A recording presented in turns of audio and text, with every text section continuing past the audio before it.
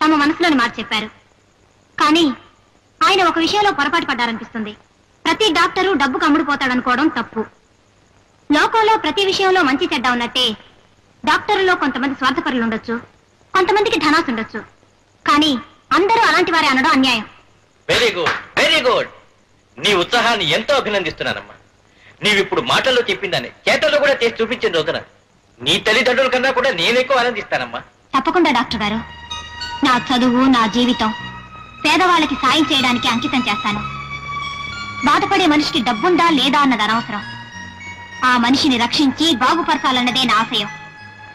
అందుకే ఈరోజు అందరి ముందు మనస్ఫూర్తిగా ప్రమాణం చేస్తున్నాను.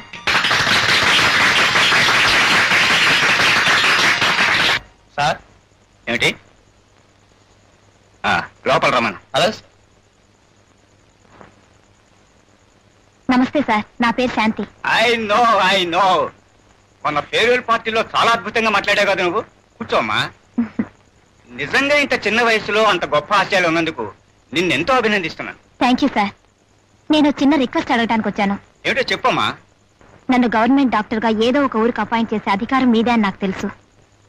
నేను ప్రత్యేకంగా ఒక ఊరికి డాక్టర్ గా వెళ్ళాలనుకుంటున్నాను. దయచేసి మీరు నన్ను అక్కడికి అపాయింట్ చేయాలి. షూర్. ఇలాంటి డాక్టర్ ఏ ఊరికి వెళితే అది ఆ ఊరు ప్రజల అదృష్టం అమ్మా. చెప్పు, ఏ ఊరు వెళ్ళాలనుకుంటున్నావు? భద్రాచలం దగ్గర మారుమూలలో ఉన్న సిరిపురం సార్. వాట్? సిరిపురం? అవును సార్. చూడమ్మా, ఆ ఊరు సంగతి తెలియక నువ్వు అక్కడికి వెళ్ళాలనుకుంటున్నావు. అది చాలా ప్రమాదకరమైన ఊరు. ఊరు ఎలాంటిదైనా మనుషులంతా ఒకటేగా సార్. అక్కడే నువ్వు పొరపడుతున్నావు. ఆ ఊళ్ళో ఉండేది మనస్సున్న మనుషులు కాదు, మానవత్వం లేని రాక్షసులు. అక్కడికి వెళ్ళిన ఏ డాక్టరు ప్రాణాలతో తిరిగి రాలేదు. అందుకే ఎవరిని అపాయింట్ చేద్దామన్నా ఎవరు వెళ్ళనంటారు. నా మాట విని. సార్, వృత్తిని నమ్ముకున్న నాకు ఏ ఊరైనా పర్వాలేదు. ప్లీజ్ దయచేసి నన్ను అక్కడే అపాయింట్ చేయండి. All right. నీకు నువ్వుగా కావాలంటుంటే నేనేం కాదనలేను. నేను భగవంతుని ప్రార్థించేదల్లా నీకే ప్రమాదం జరగకూడదని. నీ అపాయింట్మెంట్ అక్కడే వచ్చేలా చూస్తాను. Wish you best of luck. Ola Ola.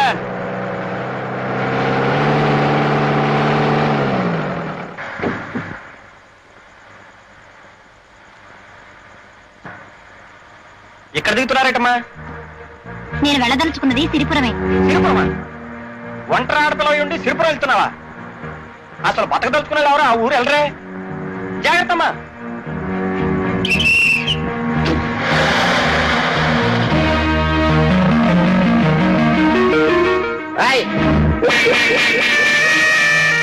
ఇదిగో నువ్వేనా కొత్త డాక్టర్ అమ్మవే? అవును. బండి అడుగుందో త్వరగా.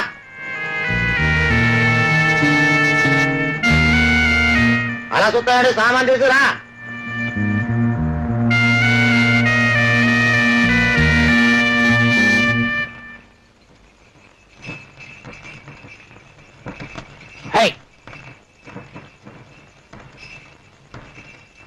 సిరిపురం ఎంత దూరం? వెళ్తున్నావా? అదే తెలుసు, కూర్చో.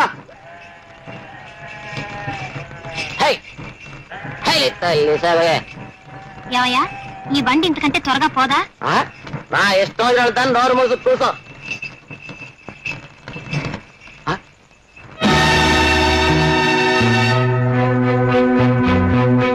ఏమైంది? బండి ఎందుకు ఆగింది? అట చూడు, నీకే తెలుస్తుంది. దిగి వాటిని పక్కకు తోలేసి రావచ్చు కదా. వాటి తోటమే మా పిల్లల మాటలు మాట్లాడబాక. అవి ఎవరు అనుకుంటున్నావు? రాజన్నయ్య. అయితే అయితేనా? వాటి మీద కానీ చెయ్యి పెడితే భుజాలు కడిగి నరికేస్తాడు రాజన్న. ఎవరా రాజన్న? అదిగో అటు చూడు.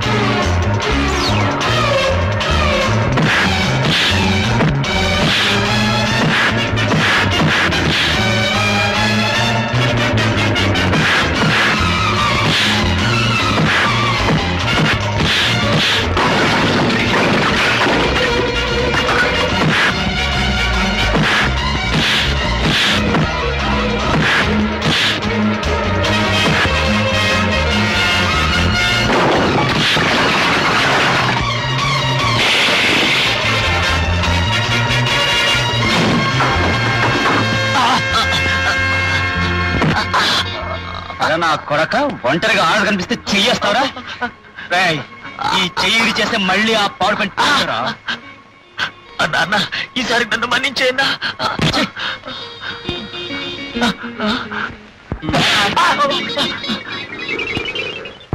నీకేం భయలేదమ్మా, నువ్వు వెళ్ళు.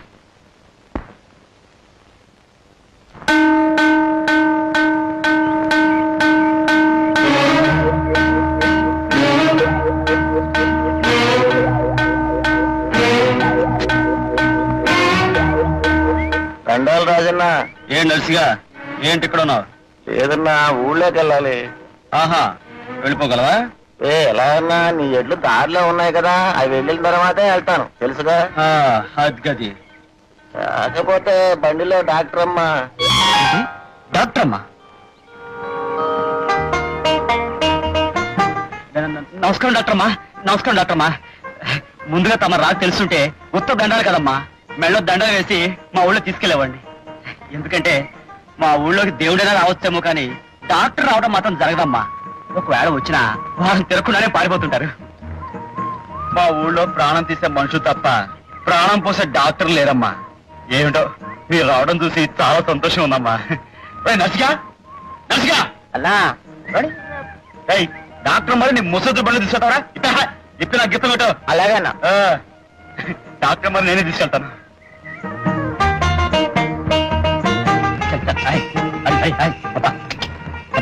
ఒకసారి బండాపు. ఎందుకు డాక్టర్ అమ్మా? మొదటిసారిగా వృత్తిరీత్యా మీ ఊరికి వస్తున్నాను. ముందుగా దైవ దర్శనం చేసుకుంటే మంచిదని.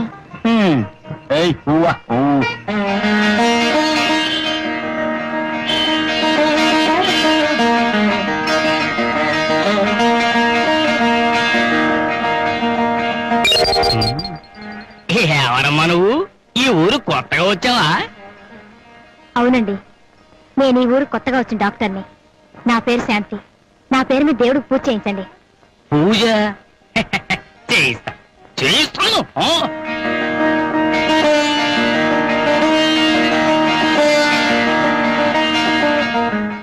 సరే గాని దేశంలో 1,00,000 ఊళ్ళుంటావు, నువ్వు మా నెత్తి మీదకే దిగాల? మా ఊళ్ళో అందరూ రోగిష్టి విధవాళ్ళు ఉన్నారనుకుంటున్నావా? అయినా నీ రాత ఎలా రాసి పెట్టిందో.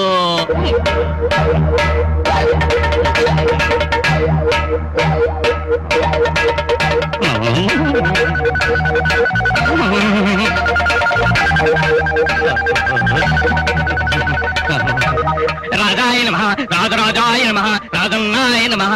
రానాయన రాజన్న, నువ్వు ఇక్కడికి రావటం ఆ దైవం అదృష్టం.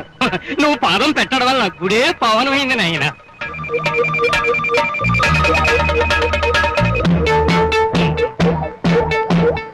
ఏదో నాయన అగ్గి పెట్టి.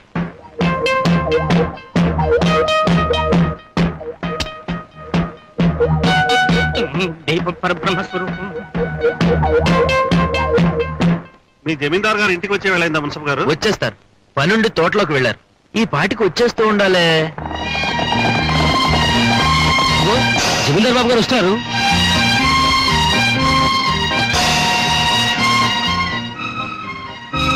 నమస్కారం జమీందార్ బాబు.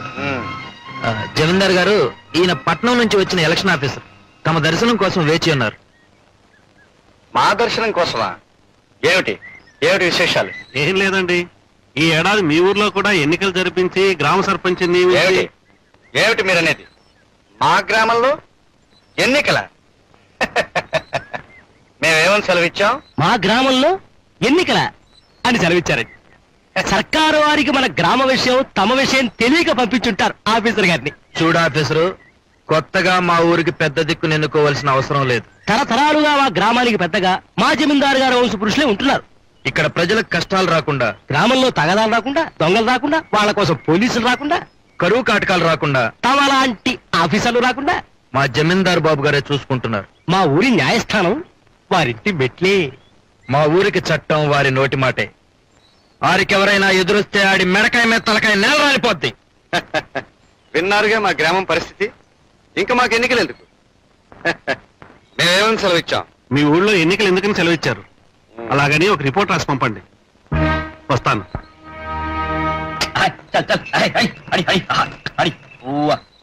సరే వచ్చిందయ్యో ఇంగ్లీష్ డాక్టర్ అమ్మా. నాకు తెలిసా నువ్వు చెప్పక్కర్లేదు. డాక్టర్ అమ్మ, వీళ్ళు మా ఊళ్ళో పెద్ద మనుషులు. డబ్బులోనూ వయసులో నాకు తెలియదు అనుకో. చూడండి పెద్ద మనుషులు, ఈవిడ మన ఊరు కొత్తగా వచ్చిన డాక్టర్ అమ్మ, పేరు శాంతి. విన్నాం, ఆమె గారు వస్తున్నారని బండి పంపించాం. మేమేమని సెలవిచ్చాం? బండి పంపేమో సెలవిచ్చారు. డాక్టర్ అమ్మ గారు, ఆ సెలవిచ్చే పెద్ద మనిషి ఈ ఊరికి జమీందారు బాబు. జమీ ఎంతుందో జమలేదు గాని ఈ ఊళ్ళో ఏ దారినైనా వెళ్ళి పెత్తందారి మాత్రం చలాయించుకురాగలడు. అమ్మో అమ్మో, చూసారండి మిమ్మల్ని. ఇక ఆయన పక్కన తందాంతన పడేడు చూడు, ఆయన ఈ ఊరికి నాటు వైద్యుడు. నమస్కారం. డాక్టర్ అమ్మా, ఒక చేత్తో నమస్కారం పెడుతున్నాడని ఏం అనుకోకు. పాపం ఆ రెండో చెయ్యి కొన్నేళ్ల క్రితం ఖర్చు అయిపోయింది. ఏంట్రా మాటలు? ఒక్క దెబ్బకి మెడకాయ మీద తలకాయ లేపేయగలను. మెడకాయ మీద తలకాయ లేపేస్తానని బడాయిలు కొట్టే ఈ పెద్ద మనిషి ఈ ఊరికి మునుసు. ఊరికి పెద్దగా ఏం చేయడు, ఊరికే వచ్చి ఇక్కడ కూర్చుంటాడు. ఇక వాడు బండి లాగడానికి ఎద్దెలా పుట్టిందో ఈ జమీందారికి రెయ్యం పగలు గొడుగు పట్టడానికి వాడు పుట్టాడు. అది సరే, ఇంతకీ డాక్టర్ అమ్మని ఎందుకు తీసుకొచ్చావో మేము తెలుసుకోవాలనుకుంటున్నాం. మేమేమని సెలవిచ్చాం? డాక్టర్ అమ్మ ఎందుకు? నువ్వు ఆగు. ఇదిగో జమీందార్ బాబు, నువ్వేం సెలవిస్తుంది మాకు అనవసరం. డాక్టర్ అమ్మని ఇక్కడ తీసుకొచ్చింది ఆసుపత్రి తాళం చెవి కోసం. బాబు తాళం చెవి. ఇదిగో డాక్టర్ అమ్మ తాళం చెవి. తీసుకున్నామా, పదండి. వెళ్ళొస్తానండి.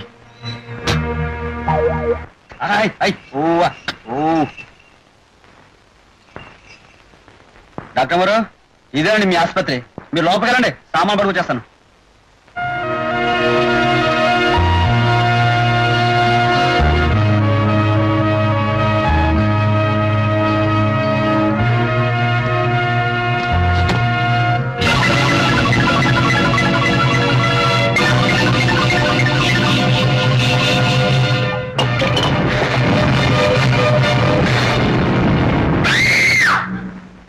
ఏంటమ్మా, ఏమైంది? ఏం లేదు. ఓహో, ఈ ఇంటి వాళ్ళకం చూసి భయపడతారా? ఎవడో మీరు వెళ్ళి పంతులు గారి ఇంట్లో కూర్చోండి. 5 నిమిషాలు ఎన్ని శుభ్రం చేసి మీరు పిలుస్తాను. రండి రండి, వెళ్దాం. పంతులు గారు, ఎవడో? ఎవరు? రాజన్న. రా. నమస్కారం పంతులు గారు. నమస్కారం. ఏడు రాజన్న, ఎలా వచ్చావు? అబ్బాయి ఏం లేదండి, మీరు మన ఊరు కొత్తగా వచ్చిన డాక్టర్ గారు ఆసుపత్రి అది బాగు చేస్తున్నాం, ఈ లోగా ఇక్కడ కూర్చుంటారని. దాండే ఉందిలే రాజన్న. రామ్మా. డాక్టర్ గారు, మీరు వీరితో మాట్లాడుతుండండి, నేను వెళ్ళి ఆ పని చూసి వస్తాను. వెళ్ళండి, కూర్చోండి. నీ పేరేమిటమ్మా? నా పేరు శాంతి. అవును, అసలు ఈ రాజన్ ఎవరు? దారుణంగా మనిషిని కొట్టడం, దేవుడంటే భయం భక్తి లేకపోవడం, ఎవరిని లెక్క పెట్టకపోవడం. మనిషి మాట చేత ఎంత దుర్మార్గంగా కనిపిస్తాయో వాడి మనస్సు ప్రవర్తన పద్ధతి అంత ఉన్నతమైనవమ్మా. నిజానికి ఈ ఊళ్ళో ఎవరికి ఏ కష్టం వచ్చినా ప్రతిఫలం కోరకుండా సాయం చేసే పనివాడమ్మా. కొన్నాళ్ళు పోతే మీకే తెలుస్తుంది వాడు అలాంటి వాడయ్యి. రవి, రా. ఏమిటి? ఈవిడ మన ఊరు కొత్తగా వచ్చిన డాక్టర్ గారు. నమస్కారం పెట్టు. నమస్కారం. అరే ఆగరా. ఏమిటి నాన్న? వీడు నా ఒక్కగానొక్క కొడుకు, పేరు రవి, ప్రైవేట్ గా మెట్రికులేషన్ కట్టాడు.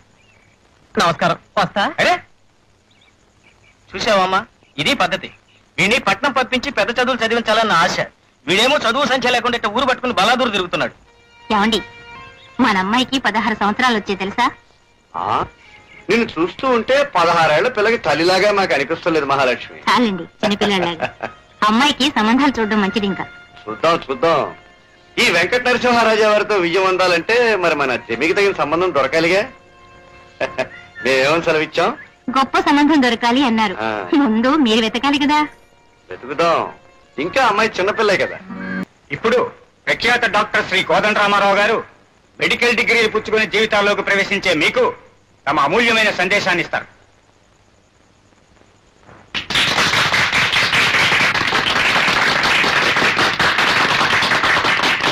మై డియర్ యంగ్ డాక్టర్, భవిష్యత్తులో ఎంతో సాధించవలసిన మీతో ఇలా మాట్లాడే అవకాశం నాకు కలగడం ఎంతో సంతోషంగా ఉంది. లోకంలో అన్ని వృత్తుల కంటే వైద్య వృత్తి చాలా గొప్పది. మనిషిని పుట్టించే దేవుడైతే ఆ పుట్టిన మనిషిని అనుక్షణం కాపాడేది డాక్టర్. కాబట్టి ఈ లోకంలో డాక్టర్లను ప్రత్యక్ష దైవాలంటారు. అలాంటి పవిత్రమైన వృత్తిని ఈనాడు చాలా మంది డాక్టర్లు వ్యాపారంగా మార్చివేయడం చాలా చింతించదగ్గ విషయం. పేదవాడి రోగానికి రంగు నీళ్లైనా ఇవ్వకుండా పెద్దవాడి చిన్న రోగానికి ఎంతో కృషి చేస్తున్నారు. ఈనాడు వైద్య వృత్తిలో ఉన్న వాళ్ళు ముందుగా ఆలోచిస్తున్నది ఏ పెద్ద పట్టణంలో ఎంత పెద్ద డాక్టర్ అయి లక్షలు గడిస్తామనేదే గాని చిన్న చిన్న గ్రామాలలో బాధలతో దారిద్ర్యంతో జబ్బులతో కృంగి కృషించి అలమటించే అనాథ రోగులకు సాయం చేద్దామని కాదు. Just minute sir.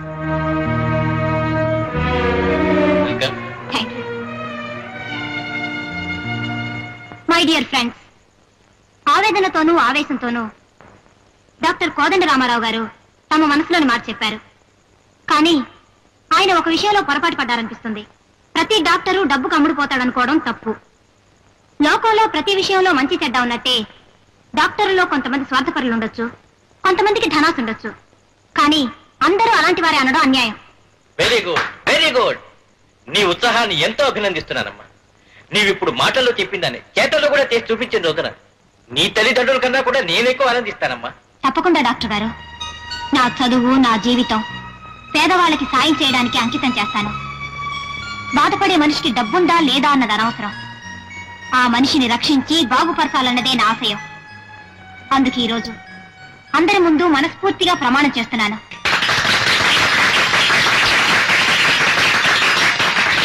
సార్ ఏమిటి? లోపల రమ్మను. నమస్తే సార్, నా పేరు శాంతి. ఐ నో మొన్న ఫేర్వెల్ పార్టీలో చాలా అద్భుతంగా మాట్లాడావు కదా నువ్వు. కూర్చోమ్మా. నిజంగా ఇంత చిన్న వయసులో అంత గొప్ప ఆశయాలు ఉన్నందుకు నిన్నెంతో అభినందిస్తున్నాను. Thank you sir. నేను చిన్న రిక్వెస్ట్ అడగడానికి వచ్చాను. ఏమిటో చెప్పమ్మా. నన్ను గవర్నమెంట్ డాక్టర్ గా ఏదో ఒక ఊరికి అపాయింట్ చేసే అధికారం మీదే అని నాకు తెలుసు. నేను ప్రత్యేకంగా ఒక ఊరికి డాక్టర్ గా వెళ్ళాలనుకుంటున్నాను. దయచేసి మీరు నన్ను అక్కడికి అపాయింట్ చేయాలి. నీలాంటి డాక్టర్ ఏ ఊరికి వెళితే అది ఆ ఊరు ప్రజల అదృష్టం అమ్మా. చెప్పు, ఏ ఊరు వెళ్ళాలనుకుంటున్నావో? భద్రాచలం దగ్గర మారుమూలలో ఉన్న సిరిపురం సార్. వాట్? సిరిపురం? అవును సార్. చూడమ్మా, ఆ ఊరు సంగతి తెలియక నువ్వు అక్కడికి వెళ్ళాలనుకుంటున్నావు. అది చాలా ప్రమాదకరమైన ఊరు. ఊరు ఎలాంటిదైనా మనుషులంతా ఒకటేగా సార్. అక్కడే నువ్వు పొరపడుతున్నావు. ఆ ఊళ్ళో ఉండేది మనస్సున్న మనుషులు కాదు, మానవత్వం లేని రాక్షసులు.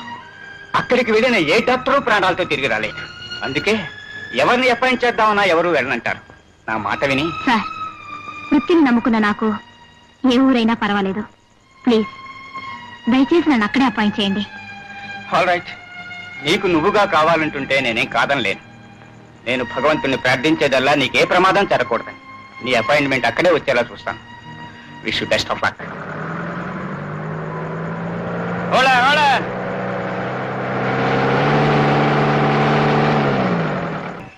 ఏవయ్యా, ఈ బండి ఇంతకంటే త్వరగా పోదా?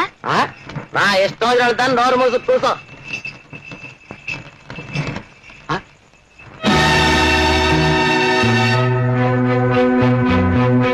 ఏమైంది?